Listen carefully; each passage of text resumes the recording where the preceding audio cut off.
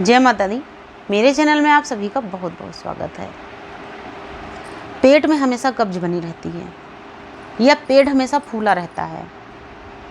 भले ही हम खाना बहुत कम खाते हैं, 1 या 2 रोटी खाते हैं या हम एक टाइम ही खाना खाते हैं, लेकिन उसके बावजूद भी पेट में कब्ज बनी रहती है या पेट हमेशा फूला रहता है, डकारें आती रहती हैं और पेट में हल्का हल्का दर्द भी रहता है।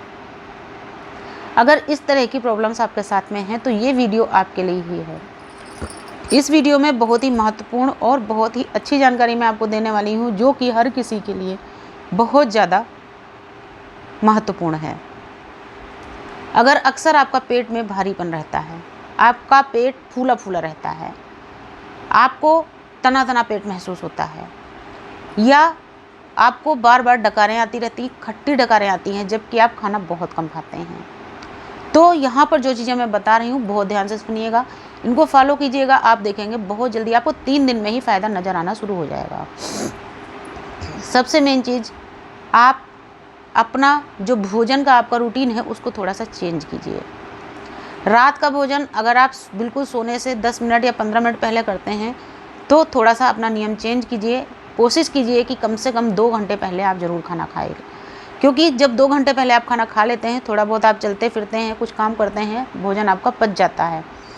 लेकिन इसके ठीक अपोजिट जब आप खाना खा के तुरंत सो जाते हैं या 10-15 मिनट में सो जाते हैं तो वो आपका खाना क्योंकि हजम नहीं होता है, उसकी वजह से पेट के अंदर गैस बन जाती है, पेट आपका तना तना रहने लगता है, फूला रहने लगता है। इसके अलावा सुबह का भोजन, सबसे मेन चीज़, अपना नाश्ता कभी भी अवॉइड मत कीजिए।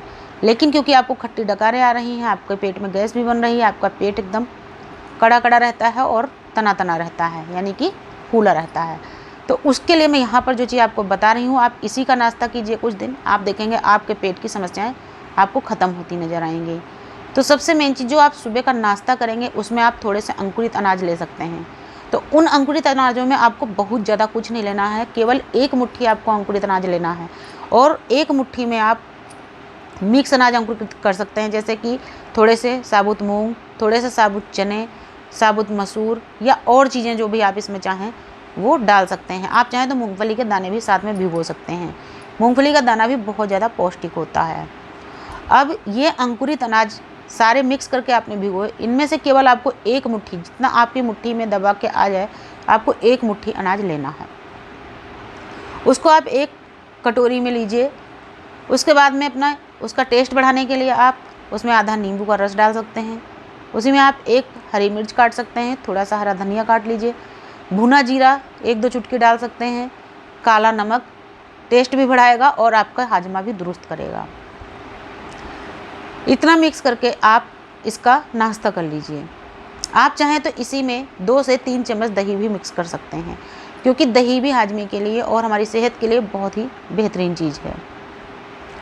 इस नाश्ता को खाने के बाद में आपको कम से कम 2 से ढाई घंटे की गैपिंग रखना है, उसके बाद ही आपको दूसरी कोई भी चीज़ खानी है। अब 2-2.5 घंटे के बाद में जब आपका भोजन का समय हो जाएगा, उस समय आपको क्या खाना है, आपको दाल चावल या रोटी सब्जी उस समय नहीं खानी है।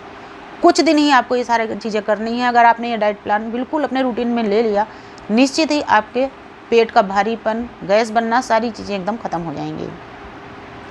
आपको दलिया खानी है। दलिया आपको कैसे खाना है, आप रात में 2 मुट्ठी दलिया भिगा दीजिए, पानी में भिगो दीजिए और सुबह तक ये दलिया बहुत अच्छी तरीके से फूल चुका होगा। अब सुबह आपको क्या करना है, इसमें आपको बहुत सारे मसाले नहीं डालने हैं। सब्जियां आप चाहें तो डाल सकती हैं, लेकिन आपको बहुत सारे मसाले नहीं डालने हैं। आप कढ़ाई में बहुत थोड़ा सा तेल डालिए, उसमें आप जीरा हींग डाल दीजिए और आप चाहें अगर करी पत्ता आपके यहाँ उपलब्ध है तो आप करी पत्ता ज़रूर इसमें डालिए, उसका टेस्ट भी बढ़ाएगा। उसके अलावा करी पत्ता हमारी हेल्थ के लिए बहुत अच्छा होता है, ये डाइजेशन सिस्टम को भी दुरुस्त रखता है। उसके अलावा हमारी स्किन में चमक लाता है, बालों को झड़ने से रोकता है और भी बहुत सारे फ़ायदे करी पत्ता के हैं, जिस पर मैं बाद में वीडियो बनाऊंगी। तो आप करी पत्ता डाल लीजिए। इसी में आप सब्जियों में जैसे पत्ता गोभी, फूल गोभी, टमाटर, प्याज, ये चीज़ें आप चाहें तो इस्तेमाल कर सकते हैं। आपके टेस्ट पे डिपेंड करता है कि आपको क्या पसंद है। आप चाहें तो इसमें लहसुन की भी 2-3 कलियाँ डाल सकती हैं और फिर यही भीगा हुआ दलिया इसमें डाल करके आप स्वाद के हिसाब से नमक डाल दीजिए और बहुत ही धीमी आंच के ऊपर इसको ढक के पका लीजिए। 10 मिनट में ये बहुत अच्छी तरीके से पक के एक बिल्कुल पुलाव का रूप ले लेगा। जिस तरीके से आप छोटे चावल का पुलाव बनाते हैं बिल्कुल वैसा ही रूप में ये एकदम रेडी हो जाएगा आपके खाने के लिए। इसको आप पेट भर के खा सकते हैं। आप इसको पेट भर के खाइए।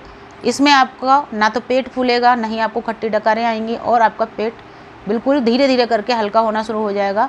हाजमा एकदम दुरुस्त रहेगा। तो ये आपको बिल्कुल अपने डाइट में शामिल करना है, अपने बिल्कुल रूटीन में लाना है। रोज़ आपको यही लेना है सुबह के टाइम, यानी कि सुबह जो आपने नाश्ता किया अंकुरित अनाज का, दोपहर के भोजन में आपको यही दलिया का पुलाव खाना है रोज़। इसमें आप सब्जियां अपनी मनचाही जो भी चाहें वो डाल सकते हैं, हरी सब्जियां। अब आगे बढ़ते हैं। जब आप ये भोजन कर लेंगे, यानी दलिया आपने खा लिया, उसके 2.5-3 घंटे तक आपको कुछ भी नहीं खाना है। लेकिन ध्यान रखिए, 2.5-3 घंटे कुछ नहीं खाने का मतलब ये नहीं कि आपको प्यास लगेगी तो आप पानी नहीं पियोगे। आपको प्यास जब भी लगे आप पानी ज़रूर पिएं।